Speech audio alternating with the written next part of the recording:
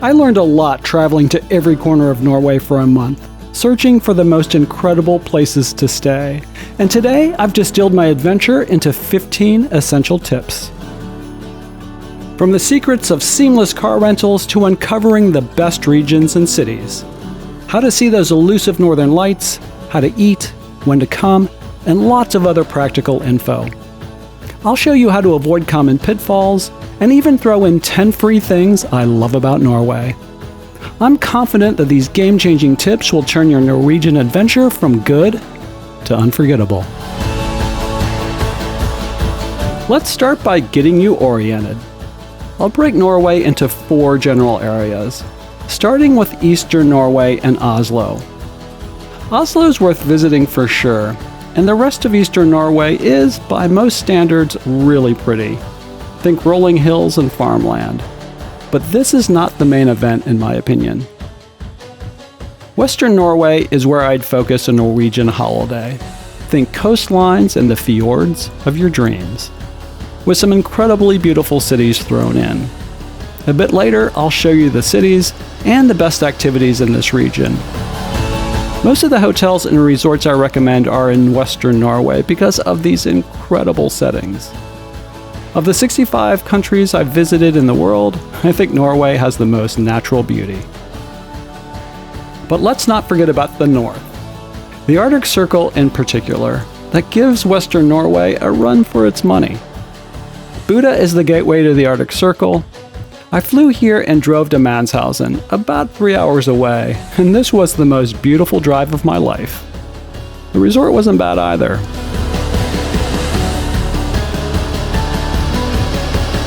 Most tourists head to the Lofoten Islands, usually heading there by ferry from one of Buda's boat terminals. I almost missed my ferry to the second resort I covered in the Arctic Circle because there are 2 ferry terminals in Buda, and of course no one told me. This is where the car ferries are, that will take you out to Lofoten. And this is where the smaller, people-only ferries dock and take you to the islands around Buda. I was in the Arctic Circle in mid-September and assumed it would be too cold to be in the water. But I was still able to kayak, though the hotel made me wear this dry suit, which I don't think was necessary, and I even swam at the Arctic Hideaway. And yes, the water was really cold, but I've been in colder water around Seattle.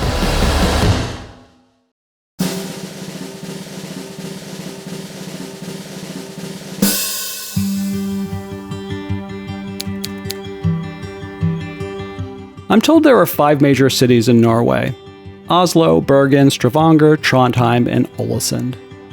I'll take you to what I think are the 3 most important ones today. I didn't make it to Stavanger and Trondheim. I'm sorry I can't offer an opinion on those cities. Anyway, I hadn't originally planned to come to Ålesund, but as I traveled around the country, Norwegians kept telling me that this is Norway's most beautiful city. National Geographic says Ålesund is the backdrop for a Nordic fairy tale. One of the things that makes this place really interesting is that in 1904, a factory fire essentially burned the whole place down. They were able to rebuild the city in 3 years, all in the same architectural style, known as Art Nouveau. If you want to know where to stay in Ålesund, there are 2 great design hotels here. I have a complete video about the hotels and what to do in Ålesund. I'll tell you at the end what I think is your best option if you can only visit one city in Norway.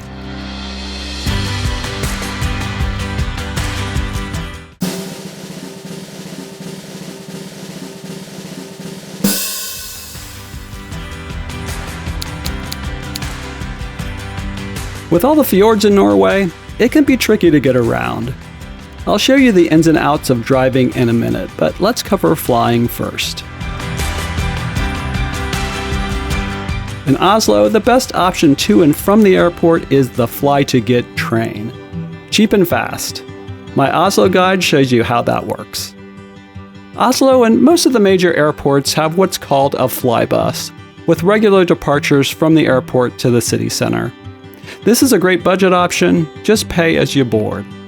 Of course, taxis are an option too, and Ubers are available in some Norwegian cities and can be half the cost of a taxi. SAS and Norwegian Air both have extensive networks and fly mostly 737s to just about anywhere you'd want to go. Norwegian is a more budget-friendly option, but both are reliable and the experience is pretty equal.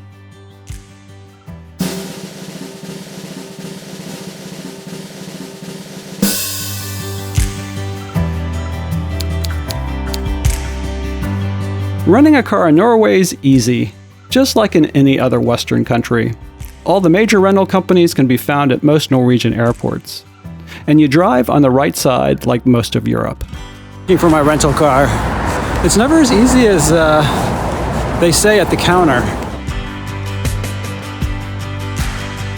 I keep driving around Norway and I go from one place to another and I'm like, this is the prettiest drive ever. And then it's just like I go somewhere else and it's like, this is the prettiest drive ever. They obviously can't all be the prettiest drives, but man, if you come to Norway, think hard about getting a car because you can see a lot of beautiful country. It really doesn't matter if it rains or shines. It's beautiful here in the rain and really kind of incredible. Unexpected waterfalls as you turn a corner, mountains that almost look like they're crying, a beautiful mist over a fjord. I never got tired of driving around Norway. And it's just a different experience when the sun comes out.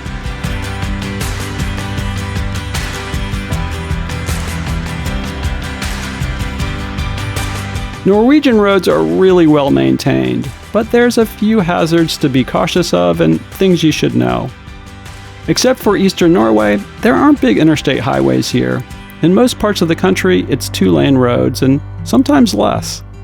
There are roads in Norway, and I'm on one of them right now, where it's just kind of wide enough for like 1.5 cars.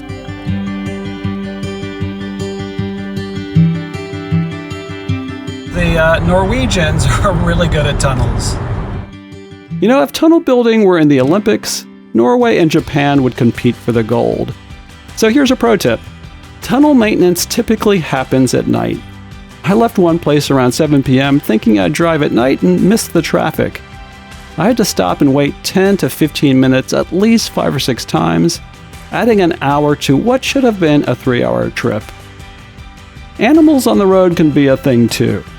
Cow crossing sign is exactly in the right spot, isn't it? Reindeers on the highway. That's Norway for you. There's occasional fog, especially when you get up into the mountains, but after the rain, well, officially breaks the record for me at least of most rainbows. Here are just a few of the shots I grabbed just stopping my car and taking a quick video in Western Norway and the Arctic Circle.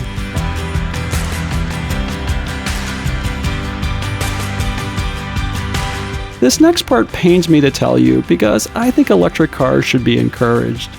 But I'd think twice about renting an electric car in Norway. The first car I rented here was electric and I regretted it because everything in Norway is app-based. And there's a whole bunch of private charging companies. So trying to download apps on a limited cellular data plan, figuring out where the charging stations are, the different kinds of plugs, and a lot of this with no English translation made it really time-consuming and frustrating. If you want to go electric, then do some research and download all the apps and link them to your credit card before you leave home. If you drive more than 2 hours in Western Norway, there's a 95% chance you'll hit at least one ferry. I never made a single ferry reservation and never had to wait more than 30 minutes. But if you're coming in August at the height of European travel madness, you might have to wait. I was here in September and never had a problem. Most ferries have food kiosks and places to sit inside and clean bathrooms. I did not know a ferry was part of this deal, but anyway. They're very efficient in Norway. You drive on, they just read your license plate, you don't have to do anything, then you get off in 5 seconds.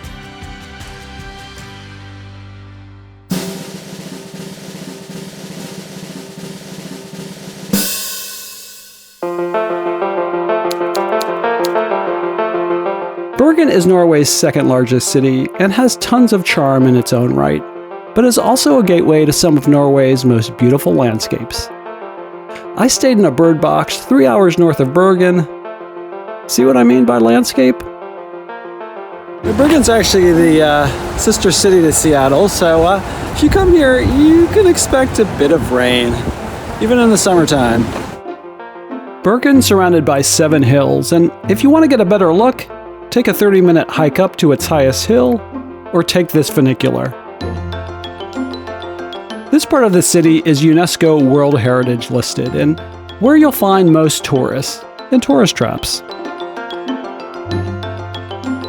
This part around the central lake is a mix of more traditional architecture and some Art Deco gems, and home to the city's best museums.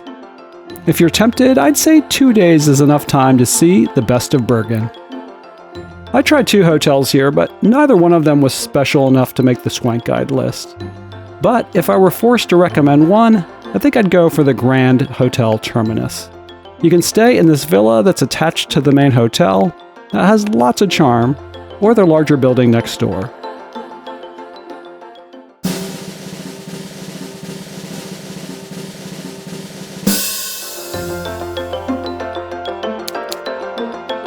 You know, Scandinavians have a reputation for being cold.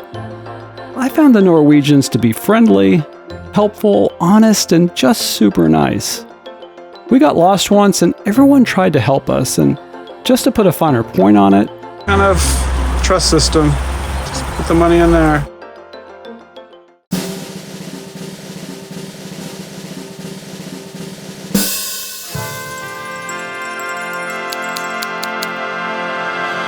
Norway has no shortage of amazing views, but here are 4 stops you might want to add to a Western Norway itinerary.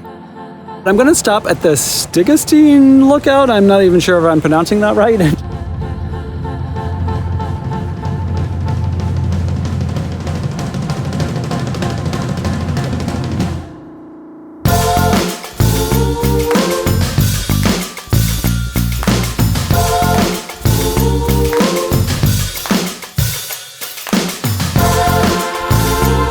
I found out about the TROLLTUNGA when I was staying at the Woodnest tree houses that are a 30-minute drive to the trailhead.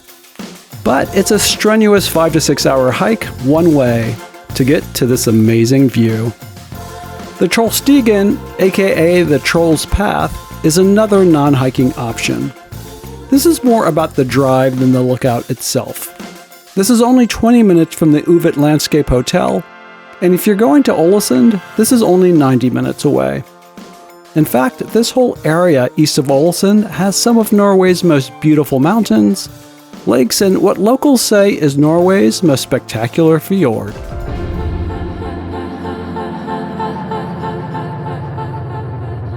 My last rock recommendation is one of Norway's most famous tourist attractions, Preikestolen, translated as Pulpit Rock.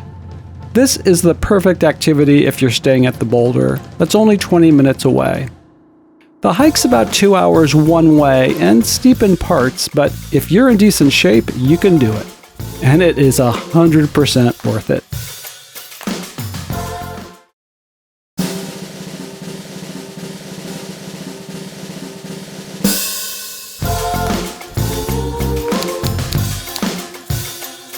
Unless you're chasing the northern lights, more on that in a minute, I'll assume you won't be coming in the winter. It's rarely ever hot in Norway, but even in the summer, it can be quite cool.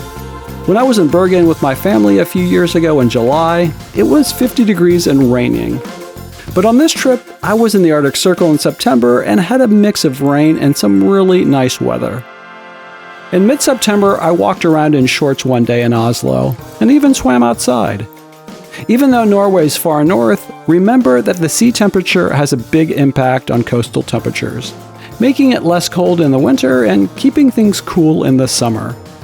The bottom line is, if you're coming between May and October, pack for summer, a mild winter, and always for rain.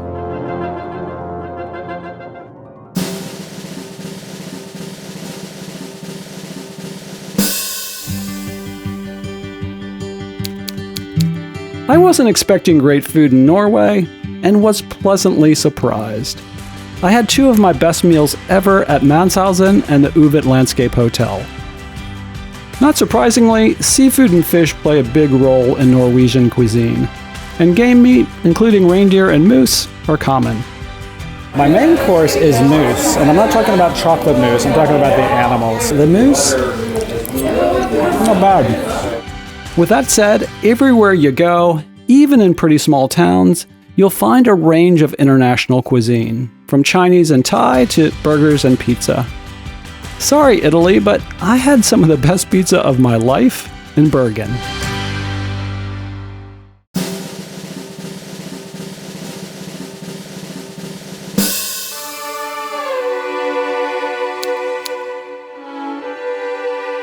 Sauna culture actually started in Finland, but the Norwegians have fully embraced it.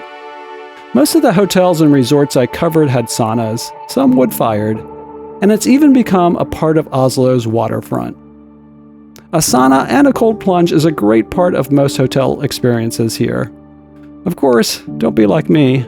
Do it the right way. Okay, so I was just told I did that wrong. I guess in Norway, the way you're supposed to do it is get nice and toasty in the sauna first, and then jump into the cold water. Over the past few years, Oslo has become one of Europe's hippest cities. But I won't go into detail here because my Oslo city guide has all the details.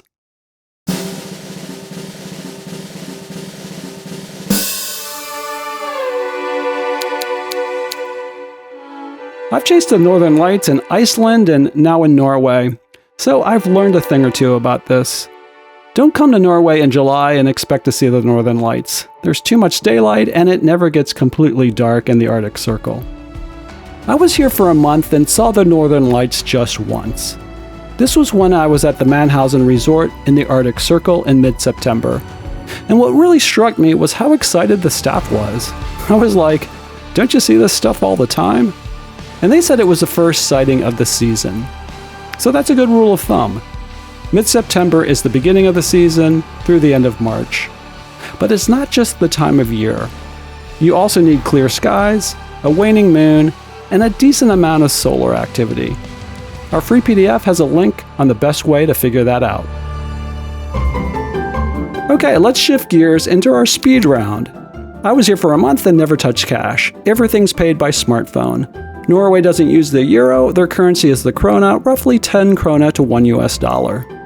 Tipping is the exception, not the rule in Norway. In many restaurants, service charges are automatically added, so your waiter won't be expecting a tip. But it's common to round up to the nearest amount, so if it's 850 krona, maybe round it up to 900. If the service was really good, add 10%. Porters are also the exception in Norway. Expect to carry your own bags most of the time. At least you won't have to remember the tipping rules. 99% of Norwegians speak English. Call your bank before you head out to tell them you'll be overseas so they won't cut off your credit card. In terms of dressing, Norwegians are stylish and well-dressed, so you might want to try to fit in. There's a great VAT rebate scheme in Norway. As long as you're not from Scandinavia and you spend over 300 krona, you can get back 12 to 19% of the purchase price. But it's super important to get an official VAT invoice so that you can present that at the airport at Global Blue. Electricity is 230 volts and plugs look like this. You can buy beer in grocery stores, but that's it. For all your booze and wine, head to the only show in town, Vin Monoplay. All major grocery store chains are closed on Sundays. For groceries, I'm not an expert, but Spar, Co-op, and Europris seem to have the best selections. I'd avoid the Rema 1000 and extra chains. Norway is the most app-based country I've ever visited, so download some of the apps I've mentioned here before you travel. If I had to pick just one city to visit in Norway, I guess it would be Oslo, because the restaurants and the museums are so good, and because my favorite sculpture museum is just 1 hour outside of the city. But if you're after that classic Norwegian fairy tale vibe, then Ålesund would be my rec. Anyway, Norway is so beautiful, and has the world's highest concentration of wild hotels, so I'd think really hard about adding Norway to your bucket list. Don't forget to subscribe so you can check out this country's amazing design hotels and some very special Airbnbs. Thanks for watching and see us in the next video.